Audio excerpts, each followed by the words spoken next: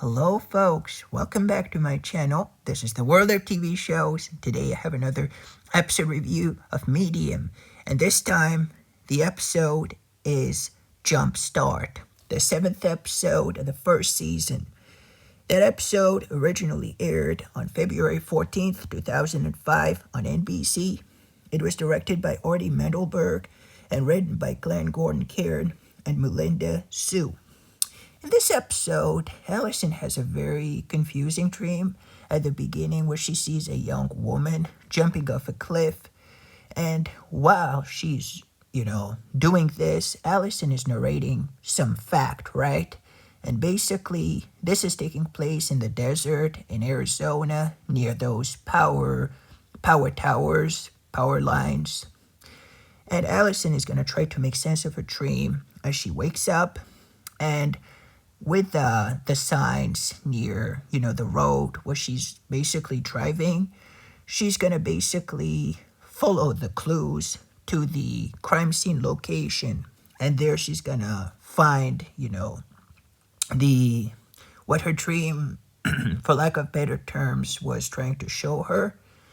And basically, without wanting to spoil too much or anything, this is all going to lead her to the defense attorney, Larry Watt, and his son, and how the two of them might have been involved in a rather disturbing thing that included a young woman named Isabel, and how, it appears that, yes, one of them, or possibly the two of them, could have been involved in something that resulted in something pretty traumatic, pretty sad, right? So I don't want to spoil too much anything, but needless to say that the district attorney is gonna interrogate them a little bit and ask them questions, and it seems that the son and the father, it appears that they're trying to cover each other's backs, but one of them could be involved in something that resulted in a pretty tragic, outcome.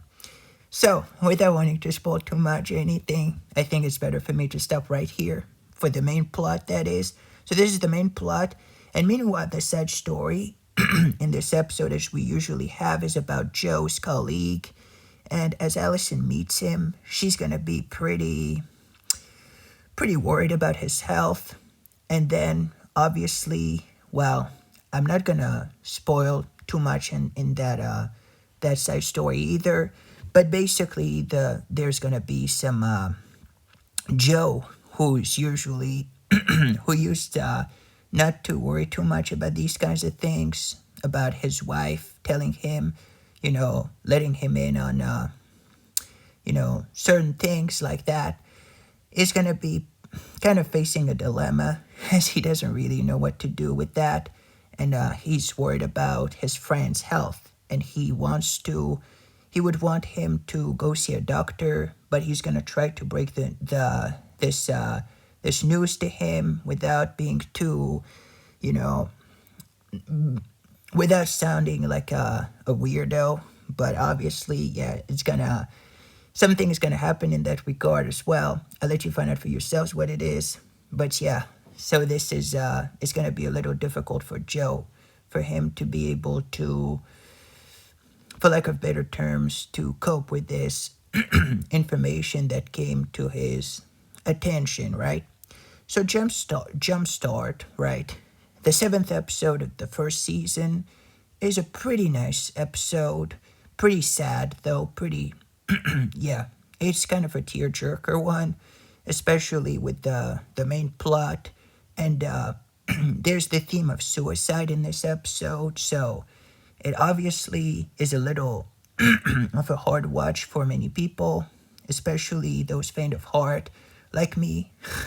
I thought this episode was just very, very sad. And what happened with obviously I'm not going to tell you what it is, but the significance of the dream in real life and its real implications will leave you probably, as sad as I felt as I watched the episode. But the ending offers some kind of how could I say, some kind of closure. And obviously, it is very sad what happened, and you're gonna see that greed. Greed is a powerful motive when it comes to, you know, some very, very sad things taking place. So, yeah, that was very sad for me, and especially yes, with the young woman who didn't deserve anything, but you know, as you'll find out while watching this episode, yeah, sometimes, unfortunately, this is some some people are just evil, right? In this episode, especially within the TV show that is. But yeah, as for Joe's, how could I say, conundrum at work, I thought this was pretty good, pretty interesting. Especially his friend named Bennett was a nice character, but obviously something's gonna happen in regards to that. I'll let you find out for yourselves what it is. But yeah, needless to say that this was a sad episode to watch. But let's move on to the characters, to the actors. So we have Connor O'Farrell once again playing Larry Watt, who's pretty great in this episode as always. He's a pretty great actor, and he was in the previous episode kind of threatening Allison in a way. But in this episode, I really thought that even though I didn't like the character at first, I thought he was pretty good.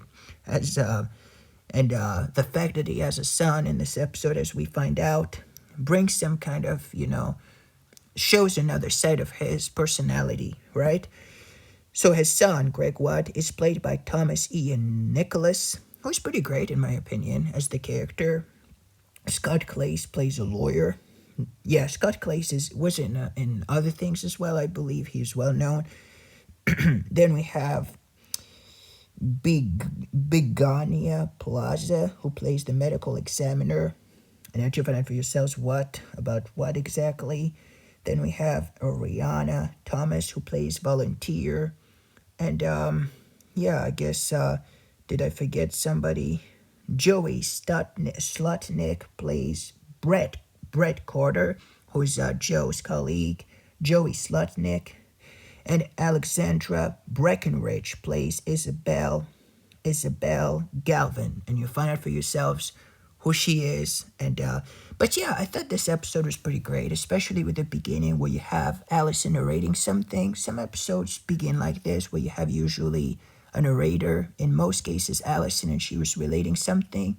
And then obviously the dream has a significance, and Allison is going to try to find out what it is by following the clues that she has, that would help her understand the dream that she's had, right? So she doesn't know, but she's trying to piece things together and arrive at the right conclusion by following the what she sees in real life, right?